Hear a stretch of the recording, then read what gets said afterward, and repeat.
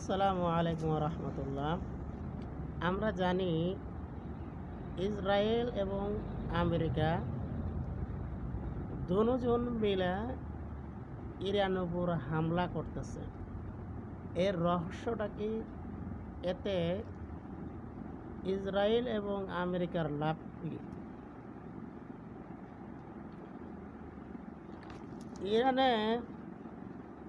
ইরানকে কেন্দ্র করে যখন যুক্তরাষ্ট্র ও ইসরায়েল হামলা করে বা সামরিক চাপ দেয়, তখন এর পিছনে কয়েকটি রাজনৈতিক, সামরিক ও অর্থনৈতিক কারণ থাকতে পারে। ১ নম্বর, নিরাপত্তা ও সামরিক নিয়ন্ত্রণ।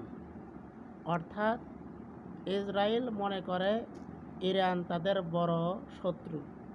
ইরান যদি শক্তিশালী হয় বা পারমাণবিক অস্ত্র তৈরি করে, তাহলে ইসরায়েলের জন্য বড় হুমকি হতে পারে। তাই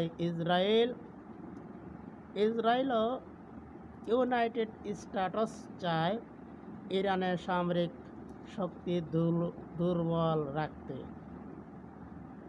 ২ নম্বর, পারমাণবিক কর্মসূচি থামাতে।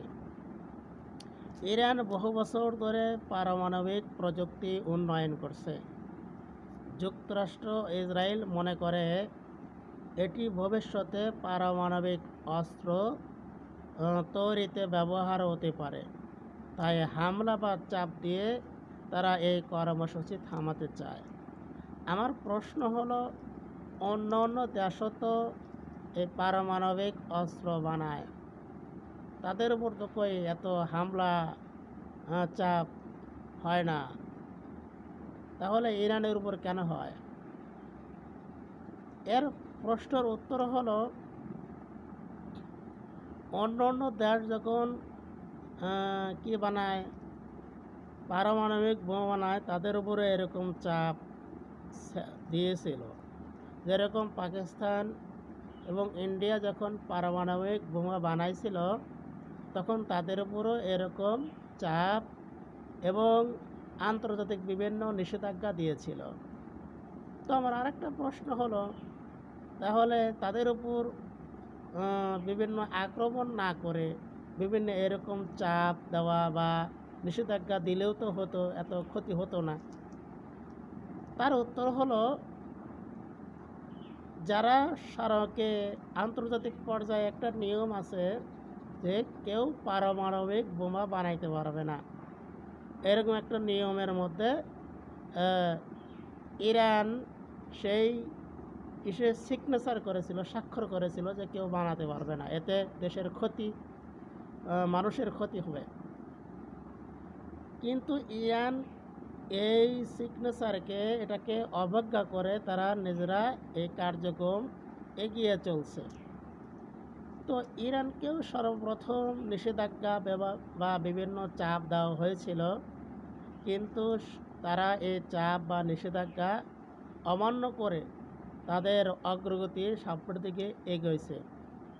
এই জন্য লাস্ট পর্যায়ে তাদের উপর কি যুদ্ধর আক্রমণ চালাইছে।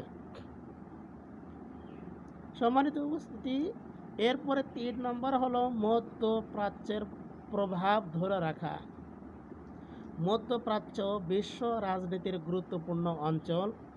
এখানে প্রভাব থাকলে তেল, বাণিজ্য ও সামরিক শক্তি নিয়ন্ত্রণ করা সহজ হয়। ইরান শক্তিশালী হলে যুক্তরাষ্ট্র ও তাদের মিত্রদের প্রভাব কমে যেতে পারে, এই আশঙ্কায় তাদের উপর আক্রমণ করা। ৪ নম্বর, মিত্র দেশগুলো রক্ষা করা। যুক্তরাষ্ট্র ঘনিষ্ঠ মিত্র দেশ যেমন ইসরায়েল, সৌদি, ইরান এই দেশগুলোর প্রতিদ্বন্দ্বী। তাই যুক্তরাষ্ট্র তাদের নিরাপত্তা রক্ষার কথা বলে ইরানের বিরুদ্ধে ব্যবস্থা করে। ৫ নম্বর হলো অভ্যন্তরীণ রাজনৈতিক। নিজেদের প্রভাব খাটিয়ে নিজেদের দেশের রাজনীতিতে জনপ্রিয়তা লাভ করার জন্য বা তাদেরকে দেখানোর জন্য এরকম কখনো কখনো হামলা করা হয়।